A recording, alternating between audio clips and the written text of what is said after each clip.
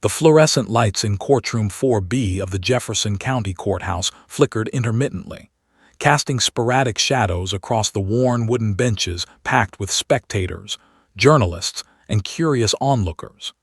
It was a sweltering Tuesday morning in late August, the kind where the air conditioning struggled against the Louisiana humidity seeping through every crack in the old building's foundation.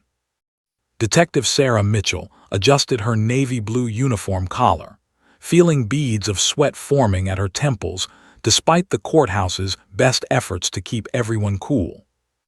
She sat rigidly in the witness stand, her fingers gripping the polished oak rail so tightly her knuckles had turned white. This was her 14th time testifying in court, but none of the previous 13 cases had carried stakes this high. The weight of 18 months of investigation pressed down on her shoulders like a physical burden. Beside her, in a position of perfect discipline that would make any military sergeant proud, lay Rex, her 5-year-old German Shepherd K9 partner, whose extraordinary nose had uncovered what the FBI was calling the largest heroin distribution operation in the state's recent history. $2 million worth of pure heroin, 53 arrests, a pipeline that stretched from the Mexican border all the way to the streets of Baton Rouge, and it all traced back to one man. Marcus Chen sat at the defense table with the kind of casual confidence that only unlimited money could buy. His tailored charcoal suit probably cost more than Sarah's monthly salary. His salt and pepper hair was styled perfectly, his manicured hands folded calmly on the table before him. But it was his eyes that unsettled her most, dark, calculating, and completely devoid of remorse. He'd been smirking throughout the entire trial, especially during the cross-examinations when his dream team of defense attorneys systematically dismantled witness after witness. Detective Mitchell, the prosecutor, Assistant District Attorney James Peterson, stood from his seat with visible exhaustion etched into his face. He was young for such a high-profile case, only 32, and the pressure was aging him in real time. His tie was loosened, his shirt wrinkled from 3 weeks of 12-hour court days. "Can you please describe for the jury what happened on the evening of March 15th when you and Rex conducted the traffic stop on Highway 61? Sarah took a deep breath, her training kicking in. "At approximately 8:47 p.m., my unit observed a silver Honda Accord with a broken tail light traveling southbound. I initiated a routine traffic stop. The driver, Maria Rodriguez, appeared nervous." "Objection." The voice cut through the air like a whip crack. Michael Torres, Chen's lead defense attorney, rose from his chair with theatrical precision. Everything about Torres screamed expensive, from his Italian leather shoes to his Rolex watch. He was a legal shark who'd built his reputation defending the indefensible and winning. "The detective is speculating about Ms. Rodriguez's emotional state. She's not a psychologist." Judge Patricia Hernandez, a 63-year-old former prosecutor with steel-gray hair and a reputation for running the tightest courtroom in the district, peered over her reading glasses. "Sustained. Detective, stick to observable facts." Sarah nodded, recalibrating. "Ms. Rodriguez's hands were shaking when she handed me her license. She avoided eye contact. When I asked her to step out of the vehicle, I observed her glance repeatedly at the trunk." "And what did you do next?" Peterson prompted, leading her carefully through the testimony they'd rehearsed a dozen times. "I asked permission to have Rex perform an exterior sweep of the vehicle. She granted consent." At the mention of his name, Rex's ears perked slightly, but his position didn't change. The dog had been through extensive training for courtroom appearances. He knew that while in this formal setting, he was to remain completely still and silent no matter what happened around him. Still, Sarah noticed the slight tension in his shoulders. Rex could feel her stress. After 5 years as partners, they were attuned to each other's every signal. "And what were Rex's findings?" Peterson asked, moving closer to the jury box. All 12 jurors leaned forward unconsciously. This was the moment that had been documented in every newspaper in the state. "Rex alerted at the trunk within 45 seconds. His indication was clear and unmistakable. "Objection," Torres again, his voice dripping with practiced skepticism. "Your Honor, we've already established in pretrial motions that so-called K9 alerts are notoriously unreliable. Studies show false positive rates as high as—" "Mr. Torres," Judge Hernandez interrupted, her tone sharp, "we've been over this. Rex's track record speaks for itself. 73 successful narcotics detections, 0 false positives. Your objection is noted and overruled. Continue, Detective." Sarah felt a small surge of vindication. She'd worked tirelessly to maintain Rex's impeccable record specifically to prevent this kind of attack. "Upon Rex's alert, I requested backup and obtained a warrant. When we opened the trunk, we discovered 15 kilos of heroin hidden in a compartment beneath the spare tire." A murmur rippled through the gallery. Even though everyone knew this information, hearing it stated plainly in court carried a different weight. Peterson nodded, consulting his notes, and the subsequent investigation traced this shipment back to the defendant Marcus Chen, correct. "Objection, speculation, and hearsay."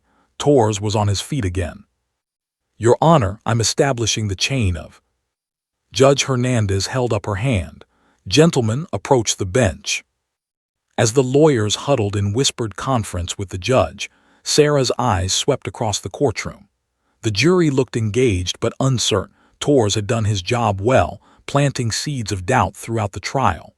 2 witnesses had recanted under his withering cross-examination. Another had been revealed to have a prior drug conviction, destroying their credibility. The prosecution's case, which had seemed ironclad 18 months ago, was now hanging by threads. Marcus Chen caught her gaze and smiled, not a friendly smile, but one that said he knew he was winning, that he would walk out of this courthouse a free man and continue his empire as if nothing had happened. The thought made Sarah's stomach turn. The lawyers returned to their positions. Judge Hernandez addressed the courtroom, her expression grave. "Mr. Peterson, I hope your next witness is more solid than the last 3. Peterson straightened his tie, trying to project confidence he clearly didn't feel. "Your Honor, the prosecution would like to call its final witness." This was it, the moment that would make or break everything. Sarah felt her heartbeat accelerate. The courtroom fell into expectant silence. Peterson's voice was steady but uncertain. "Your Honor, we call Emma Rodriguez to the stand. She is 3 years old." The courtroom exploded. The explosion of voices in courtroom 4B was instantaneous and deafening. Reporters frantically scribbled in their notebooks. Spectators gasped and turned to their neighbors in disbelief. Even the court stenographer's hands froze mid-stroke, her face registering pure shock. The only people who remained completely still were Marcus Chen and his lead attorney, Michael Torres, though for very different reasons. Chen's smirk had vanished. His hands, previously folded so calmly on the table, now gripped the edge so hard that his knuckles whitened. Torres, meanwhile, was already on his feet before Judge Hernandez could even raise her gavel. "Your Honor, this is absolutely outrageous." Torres' voice boomed across the courtroom, his face flushed with genuine anger rather than his usual calculated courtroom performance. "This is not a daycare center. You cannot, I repeat, cannot, put a 3-year-old child on a witness stand in a federal drug trafficking case. This is a blatant violation of—" Bang! Judge Hernandez's gavel struck like thunder, silencing the chaos. "Order! I will have order in this courtroom or I will clear it." Her voice carried the authority of 2 decades on the bench. The room fell silent immediately, though the tension remained thick enough to cut with a knife. She turned her steely gaze to the prosecutor. "Mr. Peterson, you have exactly 60 seconds to explain yourself before I hold you in contempt for wasting this court's time." James Peterson stood, and despite the tremor Sarah could detect in his hands, his voice came out strong. "Your Honor, Emma Rodriguez is a material witness to a crucial element of this case. She was present in the vehicle during the traffic stop that initiated this entire investigation." More importantly, she can provide testimony that directly contradicts the defendant's alibi for the evening of March 10th, 5 days before the traffic stop, when Mr. Chen claims he was nowhere near the Rodriguez residence. "She's 3 years old," Torres interjected, his composure cracking. "She probably still believes in Santa Claus and the Tooth Fairy. Your Honor, this is nothing more than a desperate Hail Mary by a prosecution that knows its case is falling apart." Judge Hernandez's eyes narrowed. "Mr. Torres, I don't recall giving you permission to speak. Sit down." Torres sat, but his jaw remained clenched in barely controlled fury. Peterson continued quickly, sensing his narrow window of opportunity. "Your Honor, we have a comprehensive psychological evaluation from Dr. Rebecca Chen, no relation to the defendant, who is one of the nation's leading experts in child development and forensic psychology. Dr. Chen has determined that Emma Rodriguez, while young, possesses exceptional verbal and cognitive abilities for her age. Her memory recall has been tested and verified. She can distinguish truth from falsehood, and she understands the importance of honesty." From his briefcase, Peterson produced a thick manila folder and approached the bench. "This is Dr. Chen's full report, including transcripts of 3 separate interviews with Emma, all of which were recorded on video. We also have affidavits from Emma's pediatrician, her preschool teacher, and 2 child advocacy specialists who have assessed her capacity to testify." Judge Hernandez took the folder, her expression unreadable as she began scanning the documents. The courtroom held its collective breath. Sarah noticed that even Rex seemed to sense the gravity of the moment. His ears were fully alert, his dark eyes tracking every movement. After what felt like an eternity but was probably only 3 minutes, Torres stood again, his voice now controlled but icy. "Your Honor, may I respond?" The judge nodded, without looking up from the report. "With all due respect to Dr. Chen's credentials," Torres began, packing slowly before the bench. "Putting a 3-year-old on the witness stand is not just legally questionable, it's ethically unconscionable. Children that age are highly suggestible. Their memories are malleable. Studies have shown that young children can be led to remember events that never occurred simply through the power of suggestion from authority figures." He gestured toward Peterson. "How do we know that the prosecution hasn't coached this child? That her mother, Maria Rodriguez, who, let's not forget, was granted immunity from prosecution in exchange for cooperation, hasn't influenced her daughter's testimony? A 3-year-old cannot be cross-examined effectively. She'll be confused, frightened, possibly traumatized by this experience. And for what? To salvage a failing case built on circumstantial evidence." Torres turned to face the jury, playing to his audience. "Ladies and gentlemen, this is a travesty of justice. The prosecution is so desperate that they're willing to parade a toddler, in front of you. Hopping her innocence will cloud your judgment and make you forget that they haven't proven their case beyond a reasonable doubt." Judge Hernandez closed the folder with a decisive snap. "Mr. Torres, turn around and address the bench, not the jury." Torres complied, though his theatrical point had been made.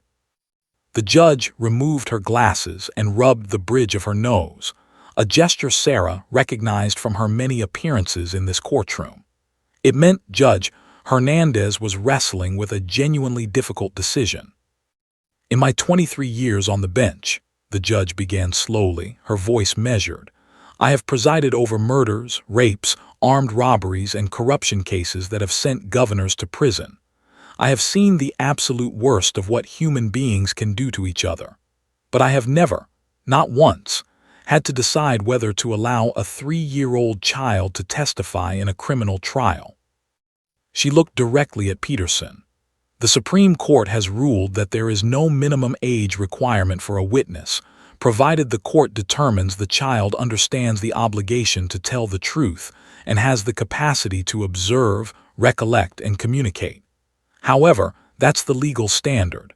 The ethical question is far more complex." Sarah felt her pulse quicken. Everything hung on this moment. Judge Hernandez continued, "I've read Dr. Chen's evaluation. It's thorough and convincing. Emma Rodriguez appears to be a remarkably bright child with unusual clarity of memory for her age, but Mr. Torres raises valid concerns about trauma and suggestibility." The judge paused, her gaze sweeping across the courtroom before settling on Peterson. "Here's what's going to happen. I'm calling a recess until 2 o'clock this afternoon. During that time, I will personally review all the video interviews with Emma Rodriguez. I will also consult with the Child Advocacy Center and review relevant case law. Mr. Peterson, you will provide me with your exact line of questioning, every single question you intend to ask this child. Mr. Torres, you will do the same for your cross-examination." She pointed her gavel at both attorneys. "If I allow this testimony, and that's still a very big if, there will be strict conditions. The child will have breaks every 10 minutes. Her mother will be present. And if at any point I determine this is harmful to the child or that her testimony lacks credibility, I will stop it immediately. Is that understood?" Both lawyers nodded. "Court is in recess until 2 p.m. The gavel fell with finality. As people began filing out of the courtroom, Sarah caught Marcus Chen's expression. For the first time since the trial began, he looked genuinely worried. Something about the prospect of Emma Rodriguez taking the stand had shaken him. Outside in the hallway, Peterson leaned against the wall, loosening his tie completely. "I'm either about to make legal history," he muttered to Sarah, "or end my career in spectacular fashion." Sarah didn't respond. She was thinking about Emma Rodriguez, a little girl who loved dolls and cartoons, and had no idea that the entire trajectory of justice might rest on her tiny shoulders. What neither of them knew was that Emma wouldn't even get to finish her testimony, because when she walked into that courtroom, everything would change in ways no one could possibly predict. At precisely 2:15 p.m., the heavy oak doors of courtroom 4B opened with a slow, deliberate creak that seemed to echo through the hushed space. Every head turned in unison, and what they saw defied the gravity of the moment. A little girl in a yellow sundress covered with bright sunflowers, her dark curls bouncing with each tentative step, holding tightly to her mother's hand. Emma Rodriguez was smaller than Sarah had imagined. The 3-year-old barely reached her mother's hip, and her white sandals made soft padding sounds against the polished courthouse floor. But it wasn't her size that struck everyone in the courtroom. It was the stark contrast she represented. In a room filled with dark suits, serious faces, and the heavy machinery of justice, this child looked like a sunbeam that had accidentally wandered into a cave. Sofia Rodriguez, Emma's mother, walked with visible tension in every muscle. She was a petite woman in her late 20s, wearing a modest blue dress and clutching her daughter's hand as if it were a lifeline. Her eyes were red-rimmed. Sarah suspected she'd been crying during the lunch recess. The weight of what her daughter was about to do, of what Sofia's own sister Maria had gotten them all into, seemed to press down on her with crushing force. Judge Hernandez had spent the 3-hour recess doing exactly what she'd promised. She'd watched all the video interviews with Emma, consulted with 2 child advocacy experts via phone, and reviewed 7 different case precedents involving child witnesses. The decision to allow Emma's testimony had been agonizing, but ultimately, the law was clear. If the child understood truth from falsehood and could communicate clearly, age alone wasn't a disqualifier. "Mrs. Rodriguez, please bring Emma forward," Judge Hernandez said, her voice noticeably softer than it had been all morning. The gallery was packed even more densely than before. Word had spread during the recess that a 3-year-old was going to testify in the Chen case, and reporters from every major outlet in the state had scrambled to get seats. Camera phones were strictly prohibited, but sketch artists had positioned themselves strategically, their charcoal already moving across paper to capture this historic moment. As Sofia lifted Emma onto the witness stand, which had been modified during lunch with a special booster seat and a cushion to help the child see over the rail, Sarah noticed something that made her heart clench. Emma was clutching a stuffed rabbit, well-worn and clearly beloved, with one ear slightly torn and patches where the fur had been loved away.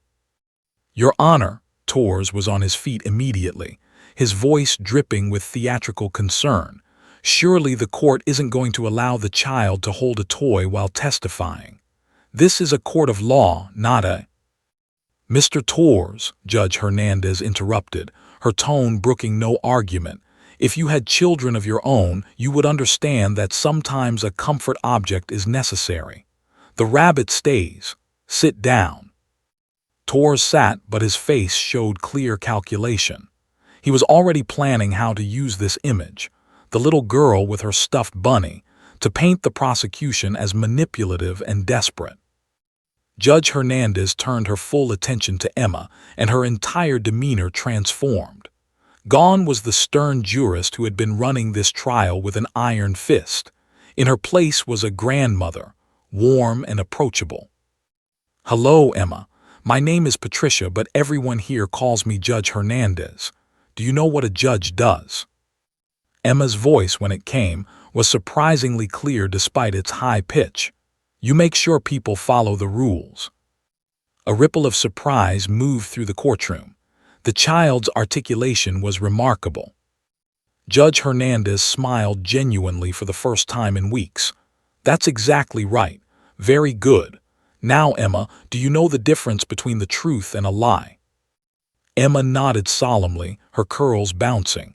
"Truth is what really happened. Lies are when you say something that didn't happen." "And what happens when people tell lies?" "They get in trouble," Emma said, then added with the earnest wisdom only a child could deliver, "and it makes people sad." Several jurors were smiling now, charmed despite themselves. Sarah could see the prosecution's strategy. Emma's innocence and clarity were disarming. But she could also see the danger. One wrong question, one moment of confusion, and Torres would pounce. "Emma, do you promise to tell me only the truth today? Only things that really happened?" "I promise." Emma held up her tiny hand in an approximation of an oath she must have seen on television, her stuffed rabbit dangling from her other hand. Judge Hernandez gestured to Peterson. "Counselor, you may proceed. Remember our agreement, simple questions, short sessions, frequent breaks." Peterson approached the witness stand slowly, carefully, like someone approaching a skittish animal. He'd changed his entire demeanor. Gone was the aggressive prosecutor who'd been questioning Detective Mitchell that morning. Now he looked almost gentle. "Hi, Emma. My name is James. Is it okay if I ask you some questions?" "Okay." Emma swung her legs beneath the chair, not quite able to reach the footrest that had been provided. "Emma, do you know your Aunt Maria?" "Yes, she's Mommy's sister. She has a cat named Whiskers." A few quiet chuckles rippled through the gallery. Even Torres couldn't help the slight upturn at the corner of his mouth. "That's right. Now, Emma, do you remember a few months ago when you were in Aunt Maria's car and a police officer stopped you?" Emma's face scrunched up in concentration. "The nice lady with the doggy." Sarah's heart skipped a beat. That was her Emma was talking about. "Yes, exactly. The police officer had a dog with her. Do you remember that day?" It was nighttime and I was sleepy. We were going home from the store." Peterson nodded encouragingly. "Good. Now, Emma, I need to ask you about a different day, a few days before that. Do you remember a man coming to visit Aunt Maria at her house?" For the first time, Emma's expression showed uncertainty. She looked at her mother, who gave her an encouraging nod but said nothing, as Judge Hernandez had strictly instructed. "There were lots of people at Aunt Maria's house sometimes," Emma said carefully. "That's okay. I'm thinking about one specific day. Do you remember a day when Aunt Maria was talking on the phone and she told someone she was at the park with you?" Emma's face brightened. "Oh, yes, but we weren't at the park." Peterson's pulse quickened, but he kept his voice calm. "You weren't at the park?" "No, we were at the big store, the one with the red circles." "Target?" Maria Rodriguez had claimed in her sworn statement that she'd been at the park with Emma on March 10th, which would have made it impossible for her to have been at her house meeting with Marcus Chen, as another witness had testified. But if Emma was right, if they'd been at Target instead, then Maria's alibi for Chen was a lie. "Emma, are you very sure about that? You were at the store, not the park." "I'm very sure. Mommy says lying is bad and—" "That's when it happened." Emma's gaze had been directed at Peterson, then occasionally drifting to her mother for reassurance. But as she spoke about lying being bad, her eyes wandered across the courtroom for the first time, taking in all the people, the imposing seal behind the judge, the flags, the serious faces. And then her eyes landed on something that made everything else disappear. Across the courtroom, still positioned near Detective Mitchell's previous seat from the morning session, sat Rex. The German Shepherd had been so still, so perfectly trained, that many people had almost forgotten he was there. But Emma hadn't seen him when she'd entered. Her view had been blocked by the witness stand's position. Now, seeing him fully for the first time, Emma's entire body went rigid with excitement. Her mouth dropped open. Her eyes went impossibly wide. And before anyone could anticipate what was about to happen, before Peterson could ask his next question, before Torres could object to something, before Judge Hernandez could maintain her controlled courtroom, Emma's small arm shot out, pointing directly at Rex with her entire hand, her stuffed rabbit falling forgotten to the floor. "Doggy!" The word erupted from her with the pure, uninhibited joy that only a 3-year-old experiencing unexpected delight could produce. It wasn't just loud. It was an explosion of happiness that shattered the formal atmosphere like a stone through glass. "There's a doggy." Emma was bouncing now, actually bouncing in the witness seat, her mother's steadying hand barely keeping her from tumbling right off. "Mommy, Mommy, look, it's a police doggy, a real police doggy." Rex's ears shot straight up. His tail, which had been lying still, gave one involuntary thump against the floor. Every single person in courtroom 4B froze, watching this unprecedented moment unfold. Emma was pointing with both hands now, her testimony completely forgotten. "Is he nice? Can I pet him? Please, please, please, can I pet the doggy?" Judge Hernandez's gavel hung in midair, suspended in a moment of absolute judicial bewilderment. The trial had just stopped. The silence that followed Emma's outburst lasted exactly 3 seconds, 3 seconds in which every person in courtroom 4B seemed to simultaneously forget how to breathe, how to move, how to process what had just happened. Then the chaos erupted. "Oh my God, he's so beautiful," Emma shrieked, now fully standing on the witness seat despite her mother's desperate attempts to gently pull her back down. The little girl's yellow sundress swirled around her as she twisted and turned, trying to get a better view of Rex. Her stuffed rabbit lay forgotten on the floor near the court reporter's desk. "What's his name? Is he a good doggy?"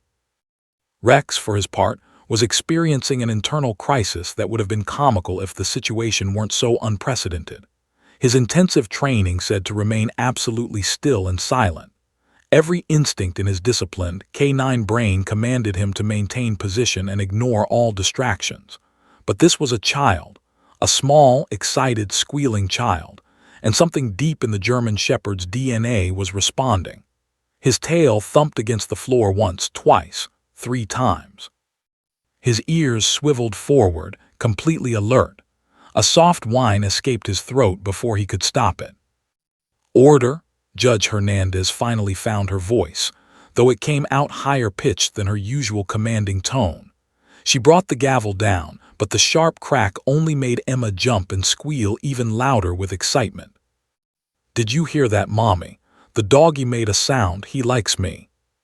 Sofia Rodriguez's face had turned a deep crimson that matched the lipstick she was wearing. She was mortified beyond words, trying to calm her daughter while simultaneously apologizing with her eyes to everyone in the courtroom. "Emma, honey, please, you need to sit down and—" But Mommy, it's a police doggy, a real one like on my cartoons. Emma's voice reached a pitch that probably only dogs could fully appreciate. Can he do tricks? Does he catch bad guys? Is he soft? Peterson stood frozen at the prosecution table, his carefully prepared question still clutched in his trembling hand.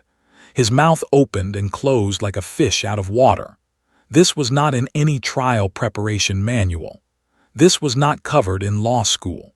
This was pure, unfiltered chaos delivered by 40 pounds of excited 3-year-old. Torres, meanwhile, had a look of almost manic glee spreading across his face. This was perfect, better than perfect. The prosecution's star witness was completely derailing their own case. He could already see the headlines. Toddler testimony turns into circus. He started to rise, ready to move for a mistrial based on the impossibility of continuing with this witness, when something caught his attention. Marcus Chen had gone completely pale. The crime boss who had maintained perfect composure throughout weeks of damning testimony, who had smirked through witness after witness, who had shown nothing but arrogant confidence, that man had vanished. In his place sat someone who looked like he'd seen a ghost. Chen's hands were shaking. His jaw was clenched so tightly that tendons stood out in his neck. And his eyes were fixed not on Emma, but on something far away, somewhere only he could see. "Mr. Chen," Torres whispered, but his client didn't respond. Sarah Mitchell had instinctively stood up when Emma first shouted, her hand moving toward Rex in a steadying gesture.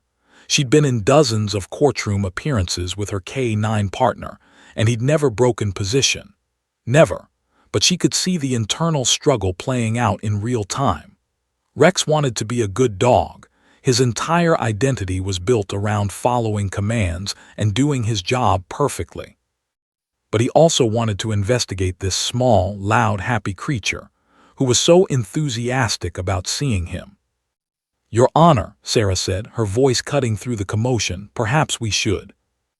"I love DOGGIES so much," Emma interrupted, her voice somehow getting even louder. She was gesturing wildly now, her small hands waving in Rex's direction. "We have a goldfish named Bubbles, but Mommy says we can't have a doggy because our apartment is too small, but I really, really want one, and this one is so pretty with the black and brown and—" "Emma, ISABELRODRIGUEZ." Sophia finally raised her voice, something she clearly hated doing, especially in front of this audience. "You need to calm down right now, sweetheart. I know you're excited, but Mommy, it's a doggy. In the courthouse, that's so cool." Judge Hernandez had dealt with courtroom outbursts before. She'd handled belligerent defendants, screaming family members, even a fistfight between two attorneys in her early years on the bench. But a 3-year-old having a complete meltdown of joy over a police dog, this was uncharted territory. She looked at Peterson, who looked like he wanted the floor to open up and swallow him whole. She looked at Torres, who was clearly calculating his next move. She looked at the jury, 12 faces ranging from amused to bewildered to completely charmed. She looked at Emma, still bouncing and pointing and radiating pure, innocent happiness. And then she looked at Rex, who, in a moment that would be discussed in legal circles for years to come, looked back at her with what could only be described as a pleading expression. The dog seemed to be asking, "What do I do? This has never happened before. Help." Judge Hernandez removed her glasses and pinched the bridge of her nose. In 23 years on the bench, she'd built a reputation for being tough but fair, unflappable, and always in control. That reputation was currently being demolished by a child who just wanted to pet a dog. "Can someone please?" The judge started, then stopped, because what was she even asking for? For Emma to ignore the dog? Impossible. For Rex to disappear? Impractical. For everyone to pretend this wasn't happening? Too late. Emma had now progressed to making kissing noises in Rex's direction. "Here, doggy. Come here, pretty doggy. I won't hurt you. I'm very gentle. Mommy says I'm the most gentle." Rex's tail was now wagging in full, sweeping arcs. His discipline was crumbling with each passing second. "Your Honor," Torres finally stood, his voice booming with prosecutorial outrage turned defense attorney triumph.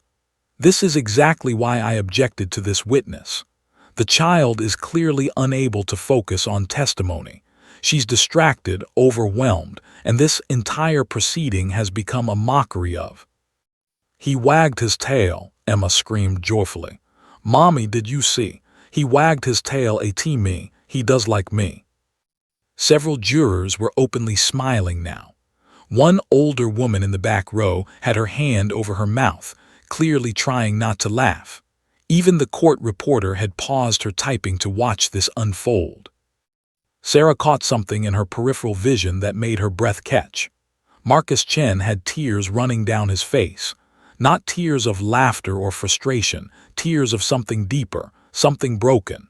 His expensive lawyer was still arguing about courtroom decorum, but Chen wasn't listening. He was staring at Emma with an expression of profound pain. "Does he have a name?" Emma asked, directing this question at Sarah now, having apparently identified her as the dog's person. "What's his name?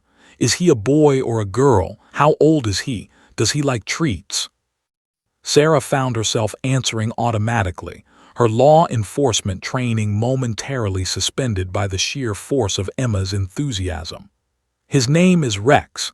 He's 5 years old, and yes, he loves treats." "Rex," Emma shouted with delight, testing out the name. "That's a perfect name for a doggy, Rex, Rex, Rex." Each time Emma said his name, Rex's tail wagged harder. Judge Hernandez stood up from her bench, something she rarely did during active proceedings. She looked at the clock at 2:47 p.m. They'd been attempting Emma's testimony for exactly 32 minutes, and they hadn't gotten past establishing her relationship to her aunt. "We're taking a recess," she announced, her voice carrying a note of surrender that shocked the veteran court observers in the gallery. She pointed at Sarah. "Detective Mitchell, please bring Rex to my chambers." She turned to Sophia. "Mrs. Rodriguez, please bring Emma as well." "But Your Honor," Torres began.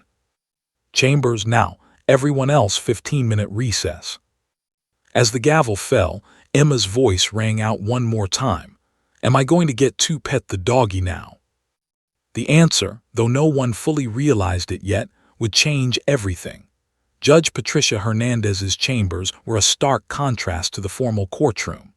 The walls were lined with mahogany bookshelves crammed with legal texts, framed photographs of her grandchildren dotted the desk, and a small coffee maker gurgled in the corner, filling the air with the rich aroma of dark roast.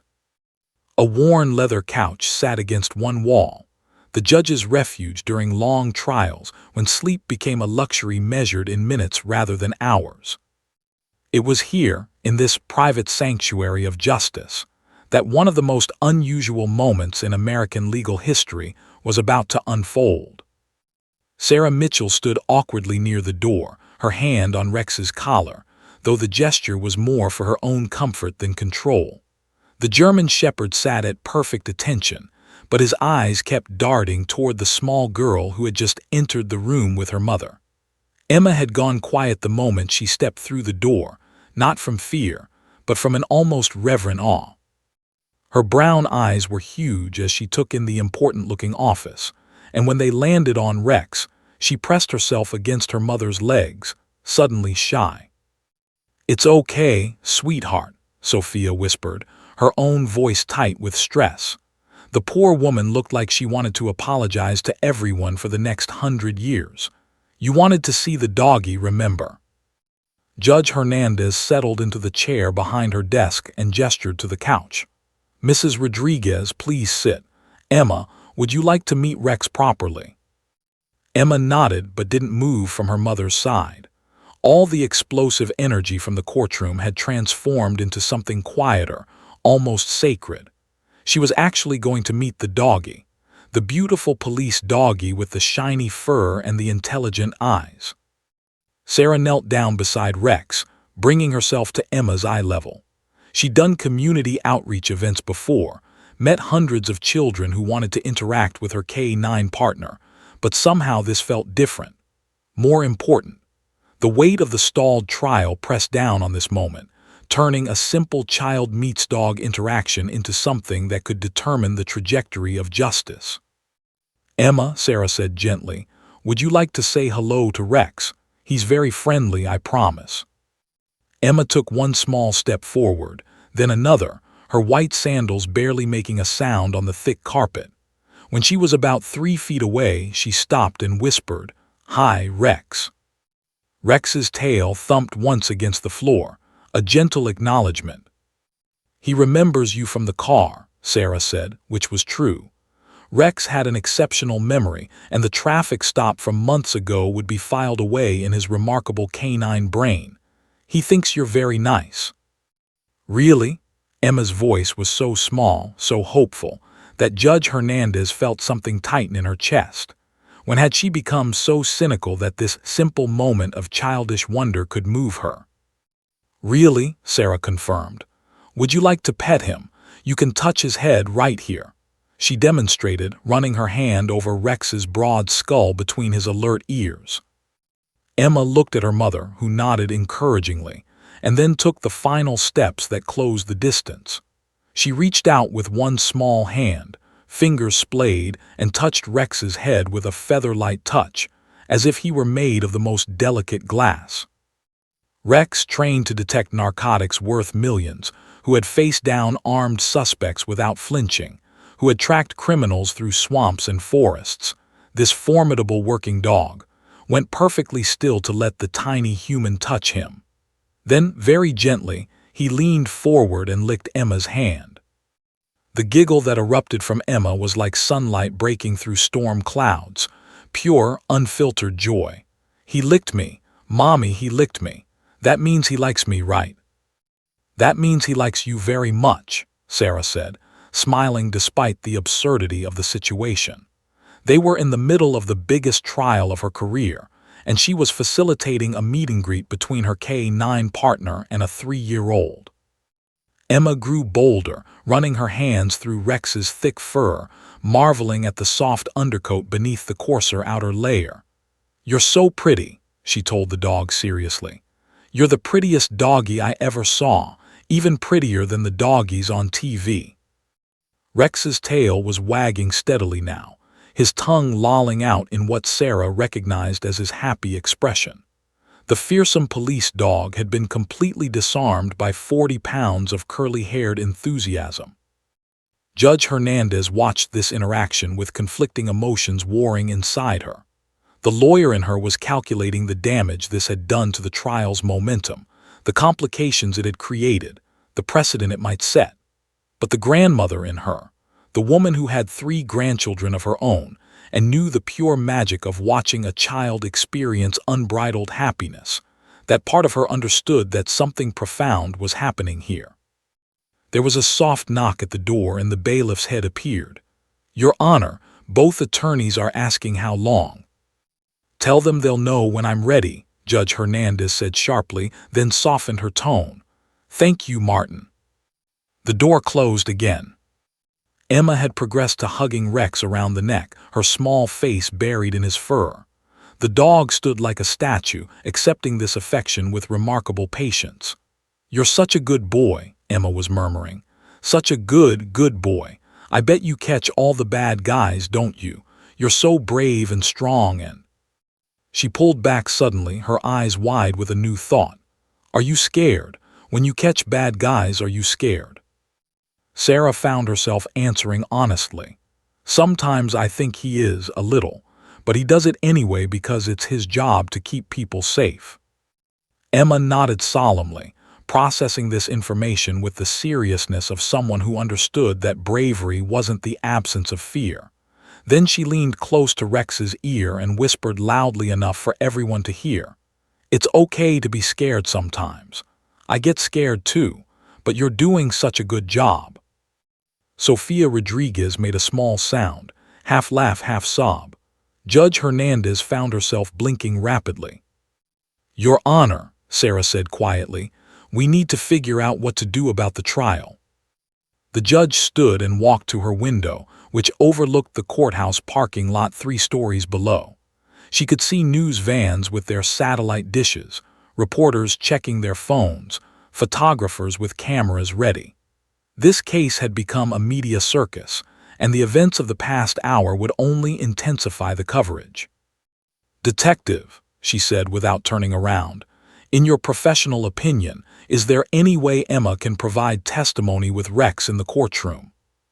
Sarah looked down at Emma, who was now sitting cross-legged on the floor, Rex's massive head resting in her tiny lap while she petted him and told him a rambling story about her goldfish bubbles. "No, Your Honor, not a chance." "That's what I thought." Judge Hernandez turned back to face the room. "Mrs. Rodriguez, how well do you know your daughter?" Sophia looked confused by the question. "She's my daughter. I know her better than anyone."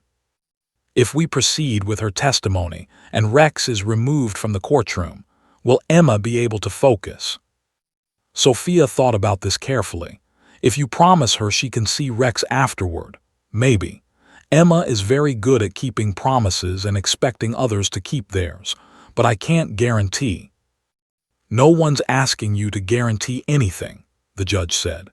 She returned to her desk, sat down heavily, and looked at the small girl who had brought the American justice system to a screeching halt simply by wanting to pet a dog. An idea was forming, unconventional, possibly unprecedented, and likely to be criticized by legal scholars for years to come. But Judge Hernandez hadn't spent 23 years on the bench by always coloring inside the lines. "Here's what's going to happen," she announced. "Detective Mitchell, you and Rex will wait in the hallway during Emma's testimony. Emma," she addressed the child directly, "if you can answer all the questions the lawyers ask you, and you're very brave and very honest, you get to spend more time with Rex afterward. Maybe even give him a treat. Does that sound fair?" Emma's face lit up like someone had plugged her into an electrical socket. "Really? I can give him a treat?" "Really, but only if you listen carefully and tell the truth. Can you do that?" "I can do that. I'm very good at telling the truth. Mommy says I'm." A sharp knock interrupted Emma's enthusiastic response. The bailiff's voice came through the door, urgent now. "Your Honor, Mr. Chen is asking to speak with his attorney privately. He seems upset." Judge Hernandez and Sarah exchanged glances. Something in the bailiff's tone suggested this was more than just trial strategy. "How upset?" the judge asked. "He's crying, Your Honor." The room went silent except for Emma's voice, still talking softly to Rex about all the tricks she would teach him if he were her doggy. Marcus Chen, the man who had built a drug empire, who had ordered violence without hesitation, who had shown no remorse throughout the entire trial, was crying. Judge Hernandez stood abruptly. "Mrs. Rodriguez, please wait here with Emma and Detective Mitchell. I need to return to the courtroom." As she walked toward the door, she heard Emma ask innocently, "Is the man okay? Why is he crying?" No one had an answer. But in 20 minutes they would. When Judge Hernandez swept back into the courtroom, the atmosphere had shifted from confused chaos to something darker, more electric. The gallery was buzzing with whispered speculation. Reporters were typing furiously on their phones, undoubtedly filing updates about the bizarre interruption. But all eyes were drawn to the defense table, where Marcus Chen sat with his head in his hands while Michael Torres leaned close, speaking in urgent, hushed tones. The bailiff had not exaggerated. Even from her elevated bench, Judge Hernandez could see the shine of tears on Chen's face, the way his shoulders shook with barely suppressed emotion. This was not the composed, arrogant crime boss who had smirked his way through 3 weeks of damning testimony. This was a man coming apart at the seams. "All rise," the bailiff announced, but his usual booming voice came out softer, as if he too sensed that something profound had shifted in the room. Judge Hernandez took her seat and surveyed the courtroom. Peterson stood at the prosecution table looking bewildered. The jury members were leaning forward in their seats, their expressions ranging from confusion to intense curiosity. Even the court reporter had paused, her fingers hovering over the keys. Mr. Torres, the judge said, your client requested to speak with you. Have you concluded your consultation? Torres stood, and for the first time since the trial began, the polished defense attorney looked rattled. His expensive suit was slightly rumpled, his perfectly styled hair disheveled from running his hands through it. Your Honor, my client is experiencing emotional distress.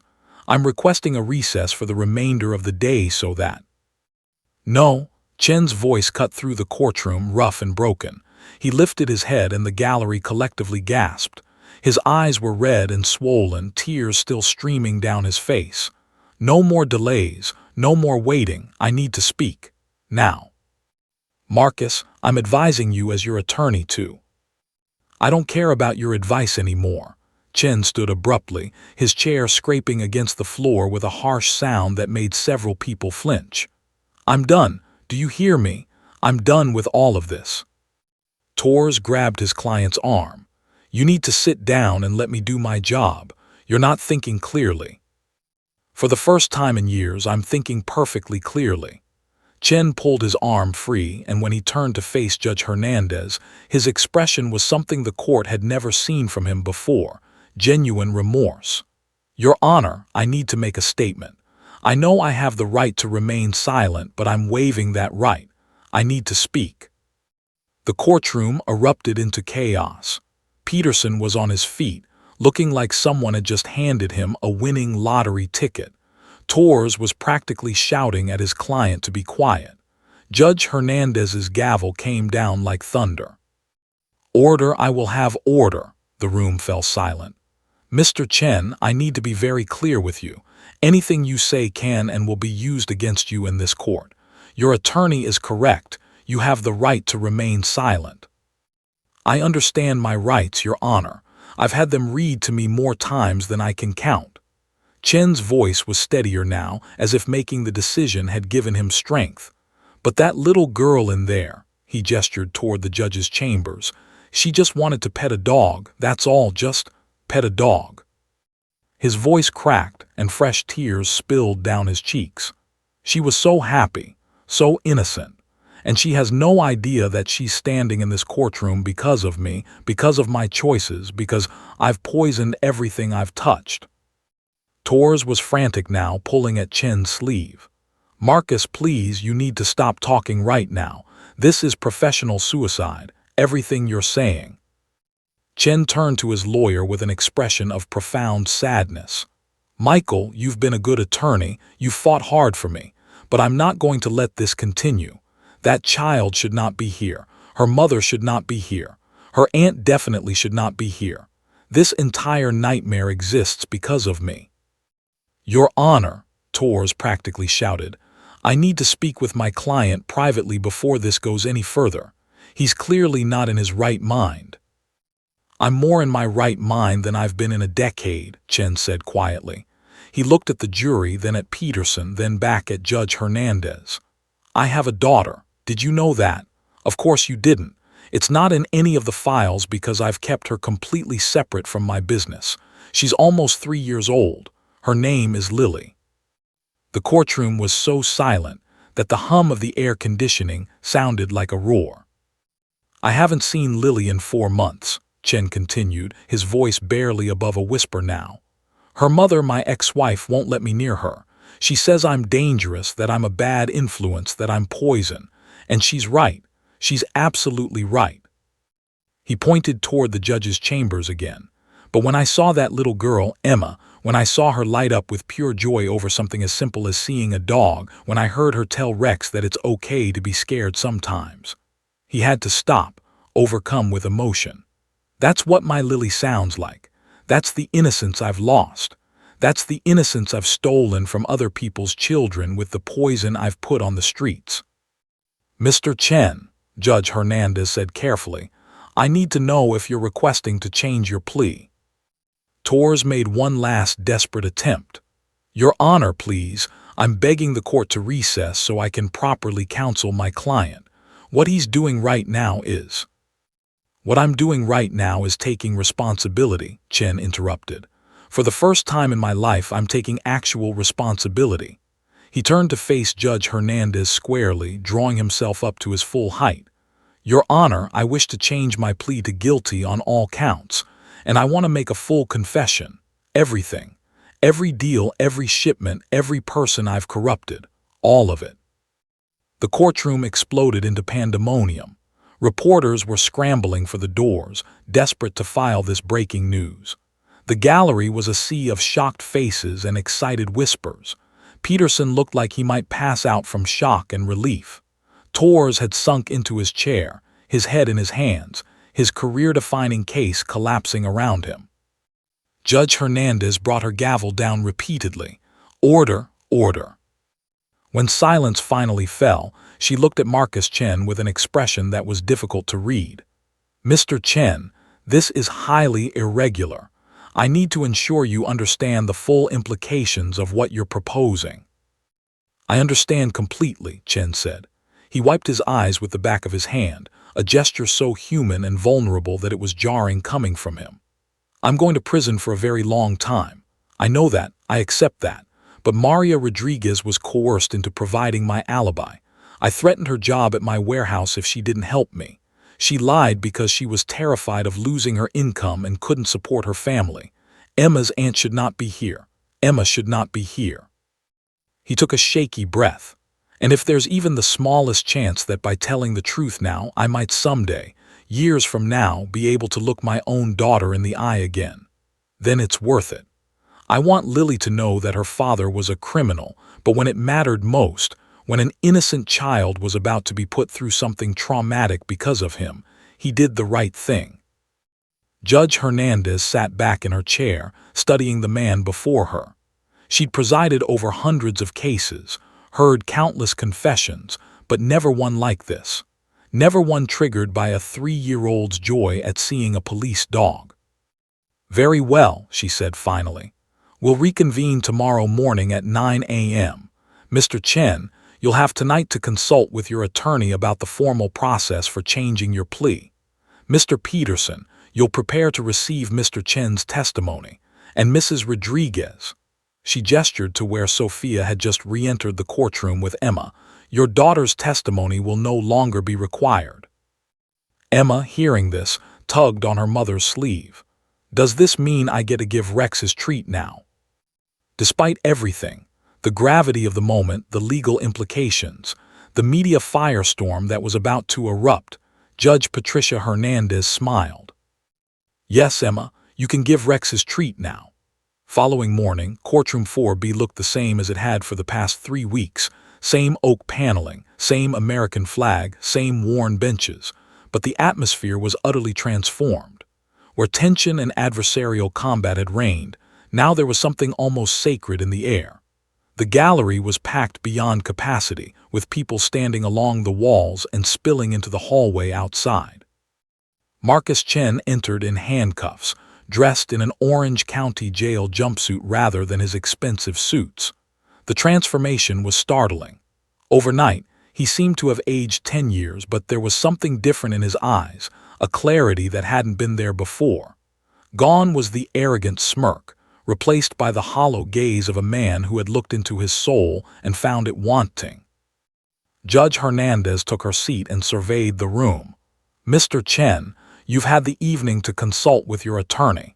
Do you still wish to change your plea?" "I do, Your Honor." Chen's voice was firm despite his obvious exhaustion. "And you understand that by pleading guilty and providing testimony, you're waiving your right to trial and admitting to all charges against you." "I understand completely." Torres stood, his face haggard. He'd clearly spent the entire night trying to talk his client out of this decision. "Your Honor, for the record, I've advised my client against this course of action. However, he's insisted." "Mr. Torres," Chen interrupted gently, "you've done your job, more than your job. But this is my decision, and I'm making it with full knowledge of the consequences." What followed over the next 4 hours was one of the most comprehensive confessions in federal drug trafficking history. Chen detailed everything: the supply chains from Mexico, the distribution networks across Louisiana, Texas, and Mississippi, the money laundering operations, the bribes paid to various officials. He named names, provided dates, described methods. Peterson's team of prosecutors frantically took notes, occasionally asking clarifying questions. But the moment that would be remembered, the moment that truly mattered, came when Chen addressed Maria Rodriguez's involvement. Maria Rodriguez worked in one of my warehouse operations, Chen explained, his voice heavy with regret. She was a single mother helping to support her sister and niece after Sophia's husband left. She had no idea what the warehouse was really for. We kept the legitimate and illegitimate operations completely separate. He paused, seeming to gather his courage. On March 10th, I was meeting with a supplier at my home. Another witness, Raymond Collins, saw me there and later told police. When I found out Collins was cooperating, I needed an alibi. I knew Maria took her niece Emma to the park every Tuesday evening, so I threatened her. Sophia Rodriguez, sitting in the gallery beside her sister Maria, gripped her hand tightly. Maria was crying silently, her shoulders shaking. I told Maria that if she didn't say she was with me at the park that evening, I'd fire her and make sure she never worked anywhere in the city again. I knew she couldn't afford to lose that job. I knew she had Emma and Sophia to think about. Chen's voice broke. She was terrified, so she lied for me. She said she was at the park with Emma when she was actually at Target and that I'd called her there. But that wasn't true, Peterson said, his voice carrying a note of vindication. None of it was true. I was at my home meeting with suppliers, just like Collins testified. Maria was shopping with her niece, just like Emma would have told you if I'd let this trial continue.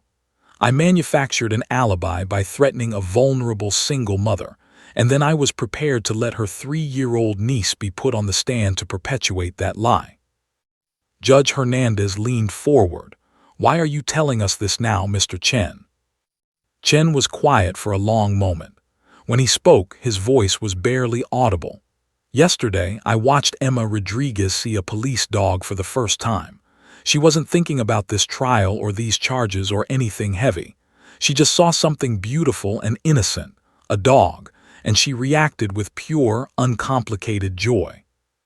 He wiped his eyes roughly. "My daughter Lily is almost 3. I haven't been allowed to see her because her mother knows what I am. But when I close my eyes, I can hear Lily's voice, and it sounds just like Emma's. That same excitement, that same innocence, that same ability to find wonder in simple things." The courtroom was absolutely silent. Even the court reporter had paused in her typing. Emma told Rex, the police dog, that it's okay to be scared sometimes, but that he's doing a good job. Chen's voice cracked completely. A 3-year-old child showed more wisdom and compassion in that moment than I've shown in my entire adult life. And I realized that if I let this trial continue, if I let that little girl be questioned and cross-examined and potentially traumatized just to save myself, then I would be beyond redemption. He looked directly at Maria Rodriguez. "I'm sorry. I'm so sorry for what I put you through. You should never have been in this position." Maria couldn't speak, but she nodded, tears streaming down her face. Judge Hernandez addressed the courtroom. "Mrs. Maria Rodriguez, in light of Mr. Chen's confession and testimony, all charges against you are hereby dismissed. You're free to go." The relief that washed over the Rodriguez sisters was visible. Sophia pulled Maria into a fierce hug, while scattered applause broke out in the gallery before the judge's sharp look silenced it. Peterson stood. "Your Honor, given Mr. Chen's cooperation and comprehensive testimony, the prosecution requests that he be given consideration during sentencing. His information will lead to dozens of additional arrests and will significantly disrupt drug trafficking operations throughout the region." "The court will take that into consideration," Judge Hernandez said. She looked at Chen. "Mr. Chen, you'll be formally sentenced in 60 days.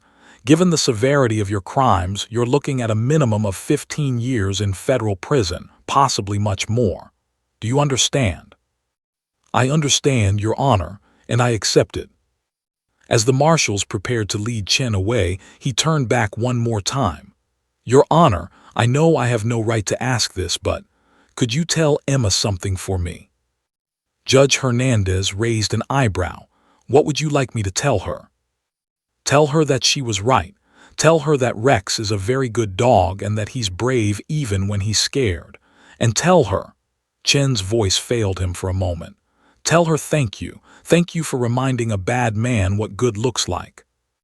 As Marcus Chen was led from the courtroom in handcuffs, heading toward a prison cell where he would spend the next decade and a half of his life, no one could deny the strange truth of what had transpired. A 3-year-old girl had walked into a courtroom to testify in a major criminal trial. She'd seen a police dog and reacted with the pure, uninhibited joy that only a child could express. And in that moment, that simple, beautiful moment, she had accomplished what weeks of testimony, evidence, and legal maneuvering could not. She had broken through to the truth. Not through interrogation or intimidation, but through innocence. Through the reminder that beneath all the lies, corruption, and violence, we are all human. We all remember what it was like to see something wonderful and feel pure happiness. We all have the capacity for redemption, even when we think we're too far gone.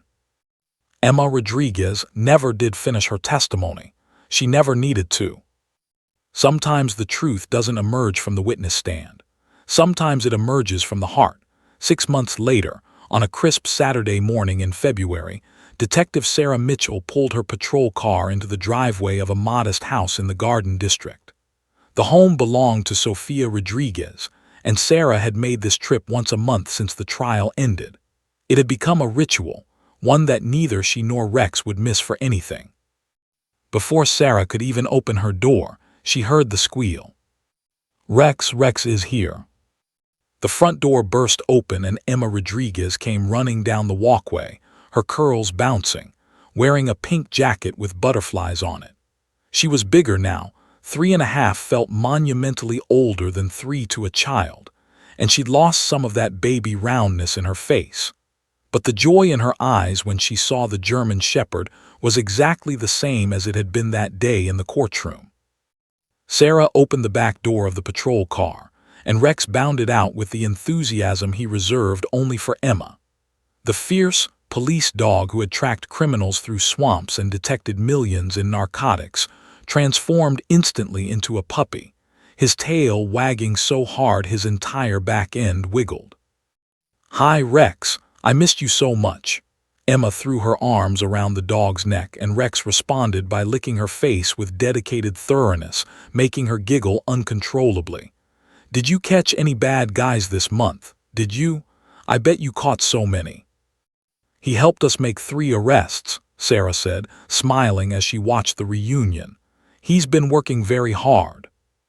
"Good boy, Rex, such a good boy." Emma pulled back and reached into her jacket pocket, producing a dog treat wrapped in a napkin. "Look, Mommy and I made special treats for you. They have peanut butter and banana." Sofia appeared in the doorway, shaking her head with affection. "She's been counting down the days since your last visit. She made me write it on the calendar." The past 6 months had been transformative for the Rodriguez family. Maria had been fully exonerated, and the publicity from the trial had actually led to better job opportunities. A local nonprofit had hired her to coordinate their community outreach programs. Sofia had completed her nursing degree and was working at Children's Hospital.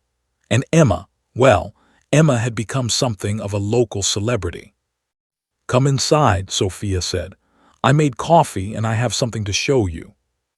Inside the warm kitchen, Sarah accepted a steaming mug while Emma sat on the floor with Rex, telling him elaborate stories about her preschool adventures.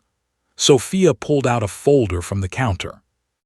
"These have been arriving all month," she said, opening it to reveal letters, dozens of them, from parents whose children were helped by the drug arrests that came from Marcus Chen's testimony, from addiction counselors thanking Emma for changing the course of justice, from law students studying the case.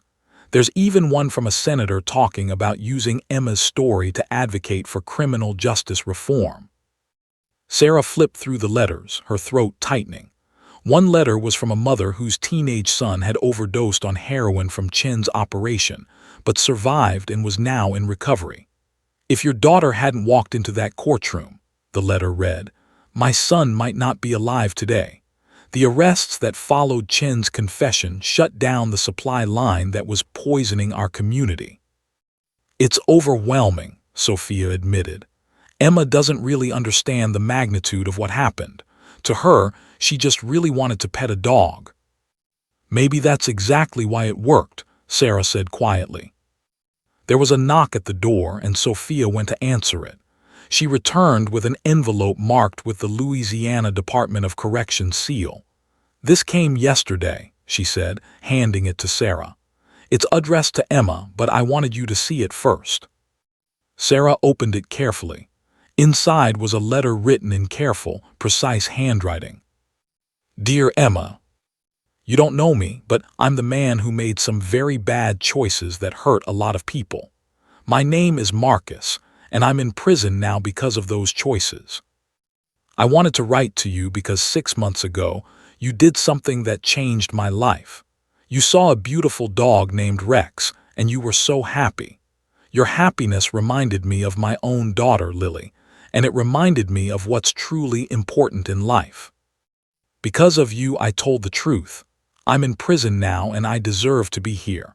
But for the first time in many years, I can look at myself in the mirror. I'm taking classes here. I'm learning to be a better person. And last week, my ex-wife brought Lily to visit me. She's almost 4 now, just a little older than you. When I saw Lily through the glass window in the visiting room, she smiled at me. I hadn't seen her smile in so long. We talked on the phone, and she told me about her favorite stuffed animal, a dog just like Rex. I want you to know that what you did that day mattered. Not just because it helped put a bad man in prison, but because it reminded that bad man that he could still become good. Please give Rex a hug for me. Tell him he's a very good dog. And thank you, Emma, for being exactly who you are. Sincerely, Marcus Chen. Sarah's hands trembled as she finished reading. She looked at Sophia, whose eyes were glistening with tears. Are you going to give it to her? Sarah asked. Someday when she's older and can understand, Sophia said. For now, I'm keeping all of these letters for her. So when she grows up, she'll know that one moment of pure innocence changed everything. Outside, Emma had convinced Rex to play a gentle game of tug-of-war with an old rope toy. Her laughter floated through the open window, the same sound that had stopped a trial, broken through a criminal's hardened heart, and reminded an entire courtroom what truly mattered. Sarah watched them play, this unlikely pair who had forged a friendship that transcended the circumstances of their meeting. A 3-year-old girl and a police dog, innocence and duty, joy and justice. Detective Mitchell, Emma called from the yard. Can Rex do a trick? Can he shake hands? Sarah stepped outside into the sunlight, and over the next hour, she taught Emma how to command Rex through various tricks. The little girl was a dedicated student, her face serious with concentration as she practiced the hand signals. As the sun climbed higher in the sky and it came time for Sarah to leave, Emma hugged Rex one more time. I'll see you next month, she promised the dog, and I'll make you even better treats. As Sarah drove away, Rex's head hanging out the window to catch one last glimpse of Emma waving from the driveway, she thought about how one moment could ripple outward in ways no one could predict. A trial had stopped when a 3-year-old pointed at a police dog. But what had really stopped was a cycle of lies, corruption, and violence. What had really started was healing, redemption, and hope. All because a little girl saw a dog and felt joy. Sometimes that's all it takes to change the world. The end.